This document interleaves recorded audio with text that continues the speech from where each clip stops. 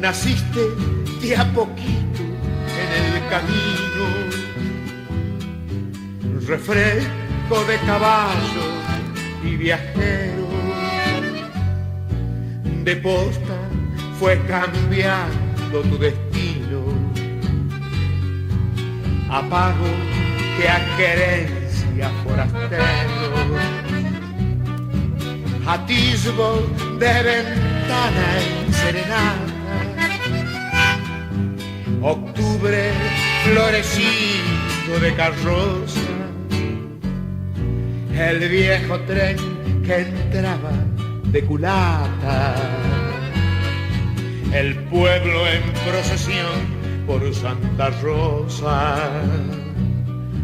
un amigo que te ofrece ser compadre, los recuerdos de gurí junto a tus padres, y para Semana Santa cuando cuadre la costeada al Gualeguay, algún trago en las mesitas de la plaza, un asado en el arroyo o en tu casa, el adiós, ¿qué tal? Muy bien, de lo que pasa.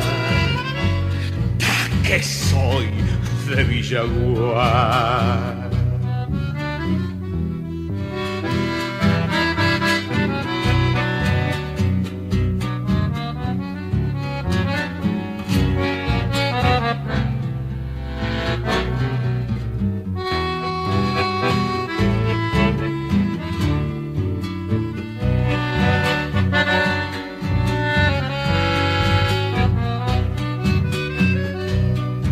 Sin campos que atender y sin horario,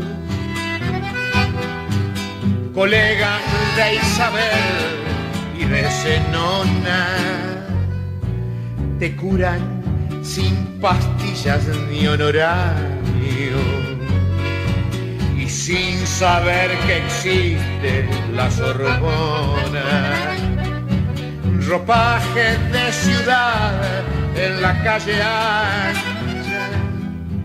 saluda el que regresa en carnaval, la siesta al que madruga da revancha, después mate y lecturas de sociales, la rotonda les evoca a los mayores, la retreta que arrullaba sus amores, confesión y comunión de mostradores, charla, truco y lo demás, cabecera de mis sueños de otros días, escenario de romances, de alegrías, con estrellas que te brindan compañía, porque están allí nomás.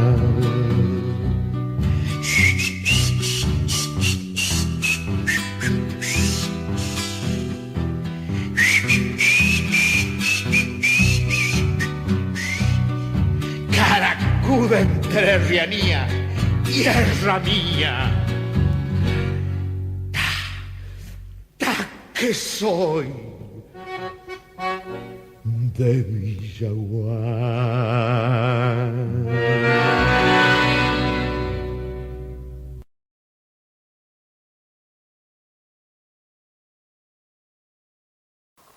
Muy buenas noches, bienvenidos a Que Soy de Villaguay. Nuevamente estamos aquí para conocer un poco más de nuestro Villaguay querido, sus raíces, su historia, su cultura. Y hoy con una invitada de lujo que enseguidita vamos a conocer quién es. Y bueno, contarte un poco acerca de los orígenes y también acerca de nuestros caudillos.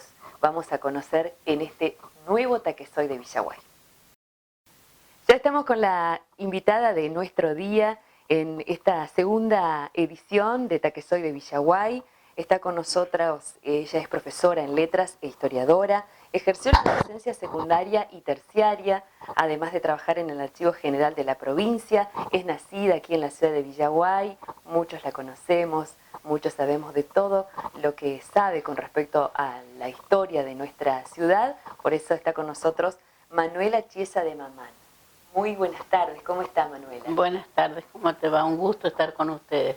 Igualmente, bienvenida a Taquesoy de Villaguay.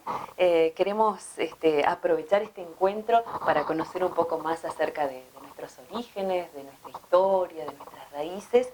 Y bueno, preguntarle sobre la palabra Villaguay, de su origen guaraní, de su significado. ¿Cómo no? Villaguay es totalmente guaranítico y en muchos documentos está escrito con B larga, porque la grafía guaranítica es así, suena de otra forma, es gutural. La traducción de lo que quiere decir tiene varios significados, por no decirte 4 o 5, pero yo me quedo con el que hace un historiador paraguayo, que dice que es al río de las víboras, porque había muchas culebras y había cuevas de culebras, entonces era Ibillá, así era en guaraní. Y después con el tiempo fue cambiando la morfología y terminó en Villaguay. El nombre del pueblo lo toma del arroyo, es decir, que no se le puso Villaguay al pueblo, sino que como el arroyo Villaguay estaba acá ya desde el siglo XVI con ese nombre, queda el pueblo con el nombre del arroyo. Claro. Esa es la traducción más fácil, porque hay otros que le dan otra traducción según se separen las sílabas guaraníticas, que tienen distintos significados. Y con respecto a la posta, que siempre dicen que Villaguay era una posta en aquel tiempo. Sí, en realidad postas había a lo largo de todo el camino que venía de Paraná a Uruguay. Era un camino muy tortuoso porque en el Villaguay estaba en el corazón de la selva de Montiel, era un monte bajo, sucio, perdón, y entonces no se podían detener casi en ningún lugar y había algunos cambios de caballo en algunos ranchos mugrosos y pobres, donde se cambiaban 2 o 3 caballos cada 15 kilómetros. Creemos, por lo poco que hemos podido averiguar, que la posta estaba más o menos donde ahora está LT27, que ahí había un cambio de caballos y que probablemente, como cerquita estaba el arroyo y la confluencia con el Gualeguay, eso ha sido el origen. Pero creemos, no tenemos la certeza, ¿no? Claro, porque era un lugar estratégico aquí en el centro. Muchos pasaban por aquí seguramente para... Sí, surgió por un problema político. En el año que pasa por acá Mansilla y decide comprarle la manzana a doña Manuela Ciaurri, en ese año estaba peleado Concepción del Uruguay con Paraná. Entonces Mansilla pasó por acá, se iba a quedar bastante tiempo en Uruguay y cuando pasa por acá cree y ve la posibilidad de que era el sitio ideal para hacer un alto. Entonces al quedarse ahí deciden hacer ya había un rancherío, eso es lo que quiero que quede claro. No surge de un día para el otro, claro. No surge porque había una posta, no surge porque Mansilla decide comprarle una manzana a la señora de Ciaurri, sino que había un rancherío. Y él ve eso y entonces se le ocurre que si él hace hacer una capilla acá, ese rancherío se iba a nuclear alrededor de la capilla. Y ahí iba a surgir un pueblo, y así fue. Así fue. Y con respecto al origen histórico, estaba mencionando justamente la capilla, ¿qué más se sabe? Mira, de la capilla se sabe mucho porque no solamente hay cosas, documentos escritos, sino que hay algunas pruebas que demuestran que fue así. La capilla era un rancho que tenía adelante una horqueta de madera dura donde había una campana y adentro había unas cortinas bastante ordinarias que separaban el altar de los bancos. Los bancos los llevaban los feligreses, no había bancos.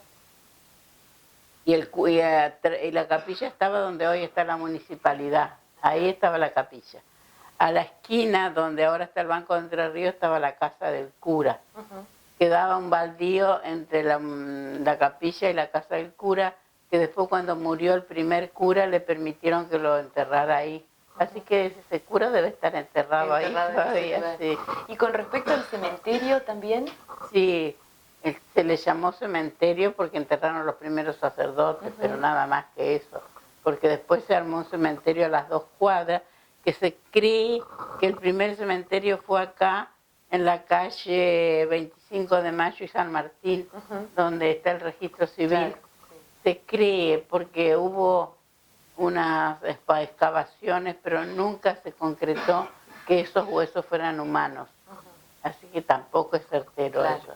Pero lo de la municipalidad es cierto porque en el museo están las cenizas de cuando se quemó la capilla que demuestran que ahí estaba, ¿no? 1854. El 23 que había sido comprado el terreno, todos esos años estuvo ahí. ¿Y qué pasaba en la provincia por aquellos años? Y bueno, era un problema político serio, porque en la parte de Concepción del Uruguay estaba Ricardo López Jordán, el padre. En Paraná estaba Mansilla, pero para esto en el principios del 21 había muerto Ramírez. Asume Mansilla, que es porteño. Los entrerrianos no queríamos y no queremos a los porteños, no nos gusta que manden la provincia. Y a pesar de eso hay que decir que Mansilla ordena la provincia, porque era un caos tremendo, hasta el 23 que asume Sola, que otra vez vuelve a caer, ¿no? Pero era bastante caótico porque las dos orillas de la provincia estaban enemistadas entre sí, y Villaguay, que estaba en el centro, tenía dos caudillos que jugaban a dos puntas. Un día estaban con uno, otro día estaban con otro, entonces las cosas nunca se organizaban. Y aproximadamente, ¿cuándo se comenzó a llamar Villaguay a la ciudad? Bueno, se la llamó cuando Villaguay se la llamaba por el arroyo, como yo te dije. Pero como recién en el 35 deciden ponerle a Santa Rosa de Lima como patrona, entonces Villaguay pasó a llamarse Santa Rosa. Pero como pertenecía al arroyo, en las cartas, en los documentos del archivo dice Santa Rosa de Villaguay. Pero no dura mucho, porque la gente prefirió seguir llamándolo Villaguay. Así que habrá estado 20, 25 años así, pero nada más. Más simple llamarlo Villaguay. Y ya se sabía, y la gente lo conocía por Villaguay.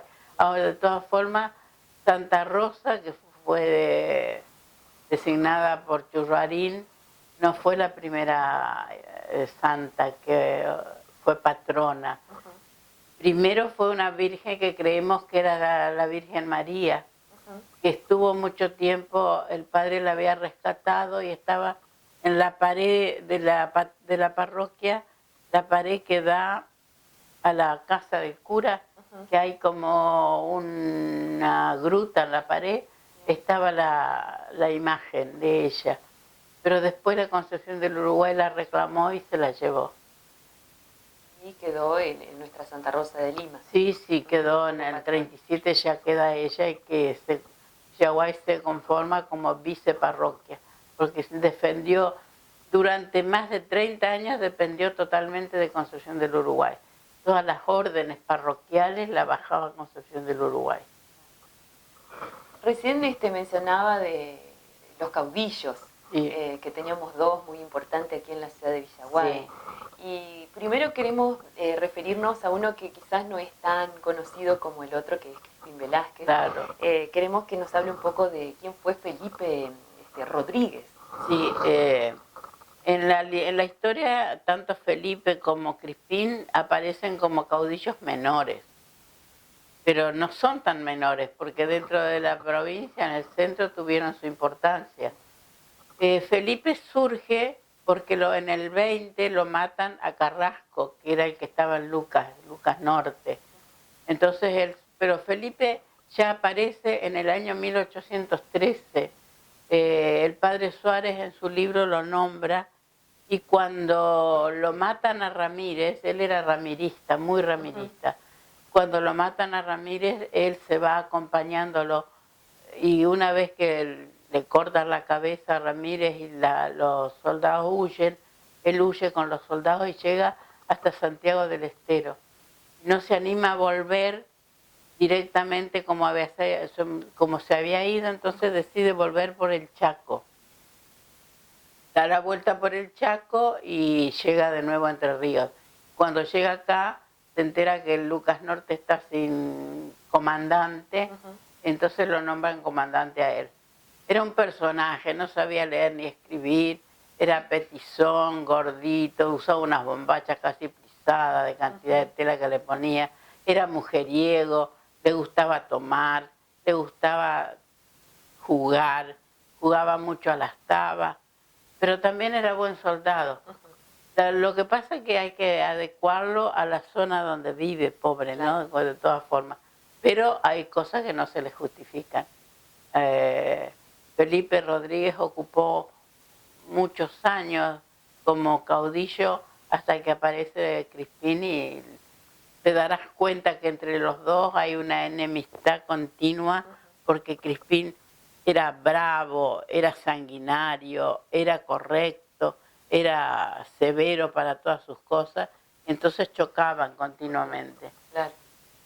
No sé qué más querés saber, porque de Rodríguez hay muchas cosas, y todas se pueden comprobar porque están los documentos. Tuvo la mala costumbre de quedarse con cosas que no le pertenecían. ¿Y qué cosas eran? Y eran tierras y ganados. Claro. Y eso está en el archivo, porque las cosas van quedando con el tiempo. ¿Y cómo culminó su vida? Mira, tristísimo, porque lo tuvieron en cuenta mientras él en el medio tenía un piquete que defendía el lugar. Pero cuando no lo necesitaron más, lo dejaron de lado. Y hay cartas tristísimas donde él le pide al gobierno que le mande, aunque sea plata para el tabaco y para el papel, porque no tiene para nada. Pero aparte de eso, yo tuve la suerte de encontrar en el archivo, casi 7 años después de esta carta que te digo, una libreta de pulpería del año 1835, donde Felipe Rodríguez en Lucas Norte decide que va a dar un sarao en la casa. Un sarao es una fiesta, como la que hacen los gurises ahora. Claro. Y entonces está anotado lo que saca. Saca vino, licor, pasteles, torta. Y abajo dice Felipe Rodríguez debe como 6 pesos. Así que en esa época todavía andaba en danza. Así que qué hermoso conocer un poco más de uno de nuestros caudillos. Bueno, como usted decía, para nosotros fue muy importante porque fueron nuestros. Claro, y ocupó una época y representa una época, ¿no? Ahora Lucas Norte, cuando él estuvo, Villaguay no existía como pueblo, era Lucas Norte, porque mira, Urquiza llegó a hacer una reunión en un campo de Lucas Norte, porque Villaguay no existía. Una vez que desaparece Felipe, Crispín trae todo para acá. Y con respecto a Crispín Velázquez. Bueno, Crispín en el año 22 era un subteniente que más o menos debe haber tenido 30 años. Enseguida se pone a favor del comandante de turno y tiene la suerte de ser muy buen soldado, muy audaz, muy atrevido, aguerrido. Claro. Y lo encontramos en el año 1823, que pasa con un piquete por Concepción del Uruguay y que van a la República Oriental del Uruguay a encontrarse con el general Lavalleja. Y tenemos la suerte que el general Lavalleja escribe una carta diciendo cómo es la persona que va al mando de esa tropa. y dice que es una persona que hay que rendirle todos los honores, porque sin un peso, sin recursos, sin ropa, sin plata para comer, se han portado con una disciplina excelente. Y ahí lo tenés, te lo pinta el cuerpo entero como decir qué tipo de persona es. Claro. Una persona que se juega todo por su patria. Así que bueno, eran muy distintos Felipe de Crispín. ¿Desde cuándo Villaguay está aquí? O sea, En este lugar. Claro, en este lugar. Bueno, la verdad que el que le trajo toda la parte cívica para acá fue Crispín, porque estaba diseminada y ya te digo, la mayor parte de la riqueza, entre comillas, de la época estaba en Lucas Norte. Si no hubiera estado Crispín, seguro que Villaguay se fundaba en Lucas Norte. Crispín empieza a lograr que la parroquia en Villaguay se consolidara como viceparroquia, para que no dependiera tanto de Uruguay y por lo menos pudiera celebrar los matrimonios, los bautismos, los casamientos y las defunciones acá, y eso está en el archivo. Ahora, después de la iglesia, ¿qué trajo? Y trajo la comandancia, hizo piquetes, y hay una cosa que hay que rescatar de Crispín. Enseguida empieza a pensar en la escuela. Vos no sabés la importancia que tiene eso. Claro. Primero porque él era analfabeto. Él tenía siempre un ayudante que le hacía las cartas y lo que él dictaba y eso. Pero cuando él se da cuenta que todos los chicos pobres que había acá necesitaban leer y escribir, empieza a buscar a ver cómo hace. Y entonces tiene ayuda a través de Urquiza y le pide que por favor le busque un maestro. Así que pone la parroquia, pone la escuela, pone el piquete, y ahí empieza, ese es el origen de la policía. Te digo más, la policía está donde está porque ahí compraron el rancho donde fue la primera policía, entre comillas, pues se llamaba Piquete. Era un rancho tan pobre. En el mismo rancho tenía un agujero cuadrado cortado con cuchilla, habrá sido la paja, por donde salía el humo de cuando se ponían a tomar mate. Te darás cuenta que los presos que los ponían ahí en ese rancho se escapaban por el agujero. Entonces no había ninguna seguridad. Y eso se puede rastrear en la historia de la policía. Andando el tiempo, cuando la plaza mejora un poquito, porque la plaza es una de las cosas que no hablamos, pero que es lindo verlo, la plaza se hizo por añadidura. Perdón, por añadidura, porque estaba el espacio vacío y había que hacer una plaza. Cuando se hizo la plaza, la gente iba y se sentaba en la plaza, sobre todo en carnaval, a ver algunas cosas que se mostraban. Y los presos se escapaban por el agujero del rancho, entonces daban vuelta el corso por la plaza. Y después en el diario salía, ¿qué pasa con la policía que deja escapar los presos? No me diga que no es gracioso. Esos son los orígenes de Villaguay. Y Manuela recién hablaba de la educación y con respecto... sí, es maravilloso. El documento que hay. ¿Escuela o algún primer maestro? Mira, la primera escuela fue de párvulos, así se llamaban los chicos, y estuvo en donde ahora está, enfrente a la iglesia, donde ahora hay teléfonos celulares, y cosas. Ahí hay una escuela. Después, andando unos 8 años más o menos, se logró que hicieran una escuela para niñas, para las mujeres, y esa estuvo donde ahora está el Banco Entre Ríos. Era una casa muy antigua. También de eso hay muchos documentos, que algún día tendríamos que hablar de eso, que se llama Historia de la Instrucción Pública en Villaguay, que nunca nadie habló. Y yo no la escribo de Aragana, porque me vine del archivo y tendría que ir allá a sacar fotocopias y esas cosas. Pero hay mucho para decir.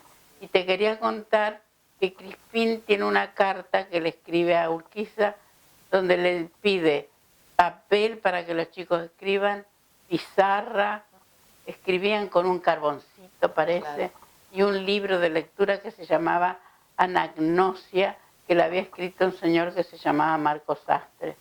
Eso está el documento y se puede comprobar perfectamente. ¿Y qué relación tenía con el general Urquiza?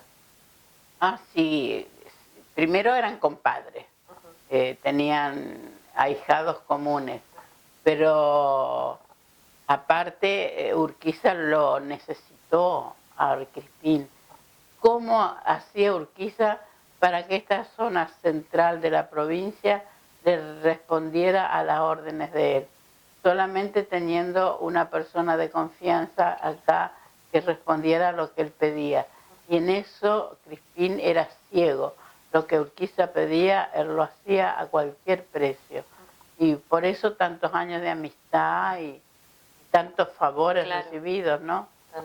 La relación que tenían. Sí, fue muy estrecha. Hubo gente que los quiso enemistar y le mandaron una carta a Urquiza y esa carta está en el archivo y es muy buena leerla, donde le dicen que un amigo de él lo va a traicionar y lo va a traicionar feo cuando menos lo espere. Y Crispín, como no le faltan alcahuetes, les entera. Entonces tenemos la carta donde Crispín le escribe a Urquiza y le dice: quédese tranquilo, general, yo no me olvido de los favores que he recibido y yo no lo voy a traicionar. Pero de cualquier forma, el problema existió. ¿Y qué hay de cierto cuando leemos un poco de Crispín de que lo haya conocido el general Lavalle? Sí, es cierto que lo conoció. Que Lavalle ya se sabe, aparte de buen mozo, era como la historia lo calificó como espada sin cabeza. Él lo que quería era pelear, pero no planificaba nada, atropellaba nomás y así le fue, perdió todas las batallas. La única que ganó, la ganó acá cuando estaba a orillas del Villaguay en el año 33. Pero de cualquier forma sí se conocieron porque iba huyendo Lavalle y en la altura del Moreira se encontraron con Felipe y con Crispín. Y entonces Lavalle se entrega a Crispín y le dice: máteme, no tengo cómo defenderme, estoy desarmado. Y Crispín le dice: no se mata jamás de frente a un valiente como usted. Palabras más, palabras menos. Quédese tranquilo, yo lo voy a acompañar hasta cruzar al Uruguay. Y entre los dos lo llevan campo adentro y a través del monte y lo dejan en Concesión del Uruguay y así se salva Lavalle. Por eso le regala el puñal de plata y oro que la familia Hermelo cuidó tantos años y que hoy no sabemos dónde está. Bueno, Manuela, y con respecto al general Francisco Ramírez. Sí, bueno, Ramírez, nos vamos para atrás, sí, porque lo mataron en el 21.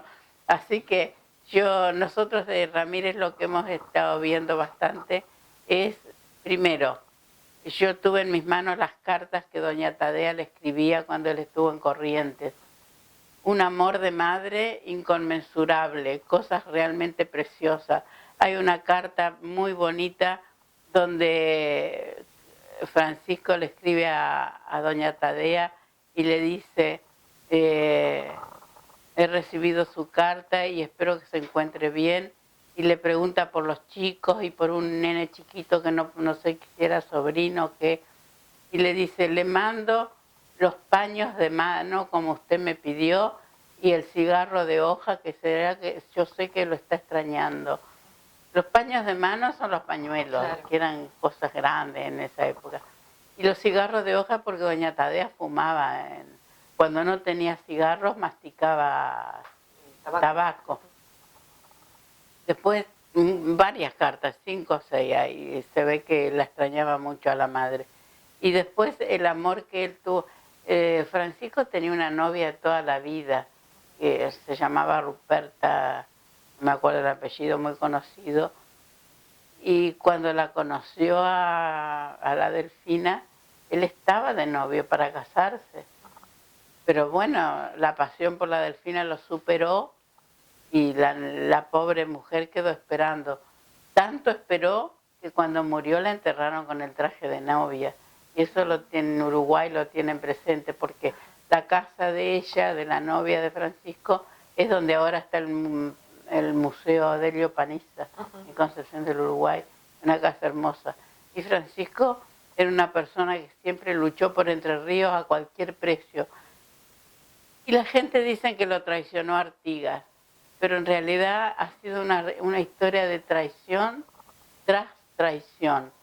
Porque si él lo traicionó a Artigas, Artigas también traicionó mucho de lo que le habían confiado. Y así como él traicionó a Artigas, a Ramírez lo traiciona Mansilla. Mansilla es una traición que no se puede superar y que lo lleva a la muerte, porque fue Mansilla el que lo vendió cuando lo matan cerca de Coronda. Así que yo creo que es riesgoso acusar a nadie cuando las traiciones se suceden una tras otra. Y la ideología de Ramírez para nosotros los entrerrianos es insuperable, ¿no? Y con respecto a la fundación de la República de Entre Ríos... Sí, eso cuando él decide, mucha gente no lo comprendió a él.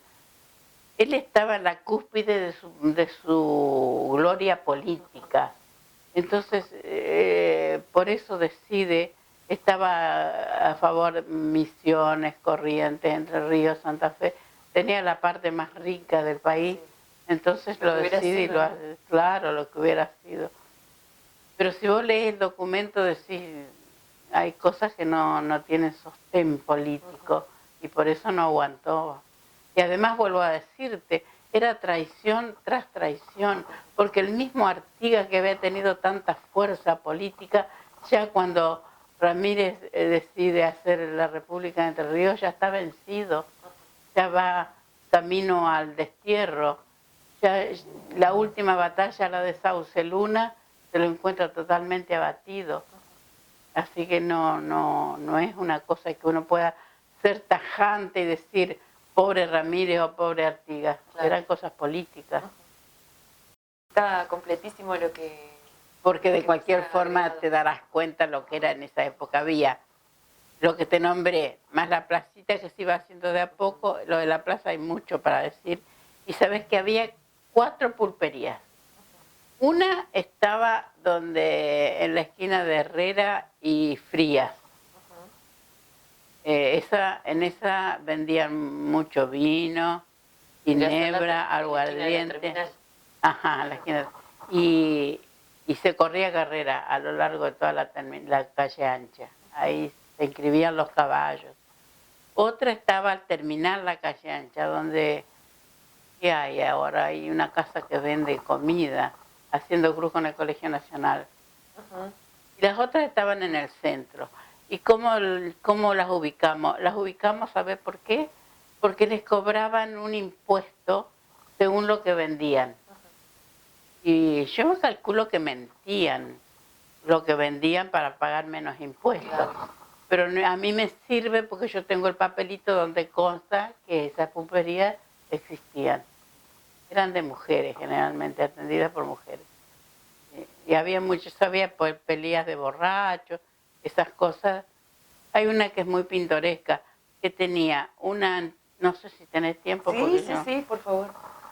Tenía una habitación grande, un paraíso en la entrada, y en la habitación tenía un banco. No tenía mesas y sillas para que no se sentaran a tomar los paisanos.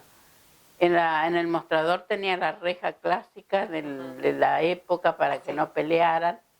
Y había una mujer que era la que regenteaba esa pulpería, y cuando no le gustaba a alguno le gritaba de adentro que se vaya porque si no le iba a quitar el sombrero o cosas así. Entonces la mujer tenía un sobrenombre muy desagradable, yo no te lo voy a decir acá, pero de cualquier forma pasó a la historia como la pulpería de Doña Tanto. Por eso no entra. Claro. Esa no te puedo decir dónde estaba porque no sé dónde estaba, pero era pintoresca, me la imagino yo. Claro, por supuesto, sí. Sí, no sé qué más quieres saber. Había de esa época, las primeras casas, te puedo decir, eran pocas. Casas de material eran 2. Una tenía azotea. Y yo la ubicamos con Jalú, que la estuvimos buscando, en la calle 25 de Mayo, entre San Martín y Rivadavia. Que creemos, porque no tenemos la certeza, que fue la casa del pueblo de Crispín. Él venía acá. Claro. Porque Crispín, como era común en la época, tenía más de una mujer. Y encima tenía 2 o 3 familias. Entonces las casas que tenía eran varias y no era siempre la misma. Por eso era difícil de ubicar. Y después había una casa muy importante que es donde está acá en la esquina donde es el Hotel La Sol, que después fue la casa de Polonio, el hijo de Cristina, el hijo mayor. Esa casa sí fue preciosa, que terminó siendo un hotel. También tiene unas leyendas de fantasmas, de aparecidos, que es tan hermosa, mirá, que parece mentira que la gente creía en esas cosas. Y es de la época, ¿no? Bueno, Manuela, muchísimas gracias por favor, por recibirnos en su casa, contarnos acerca de... Sí, lo que nuestra querida necesiten, Villaguay. encantada. Bueno, Quedaron muchas cosas para averiguar y para seguramente, saber. y nos vamos a volver a encontrar Bueno. porque hay muchos que soy de Villaguay más por hacer Bueno, y por cómo no. conocer acerca de nuestro pueblo. Espero que Muchas tengan gracias. mucha suerte. Igualmente usted. Bueno. Que Dios la bendiga.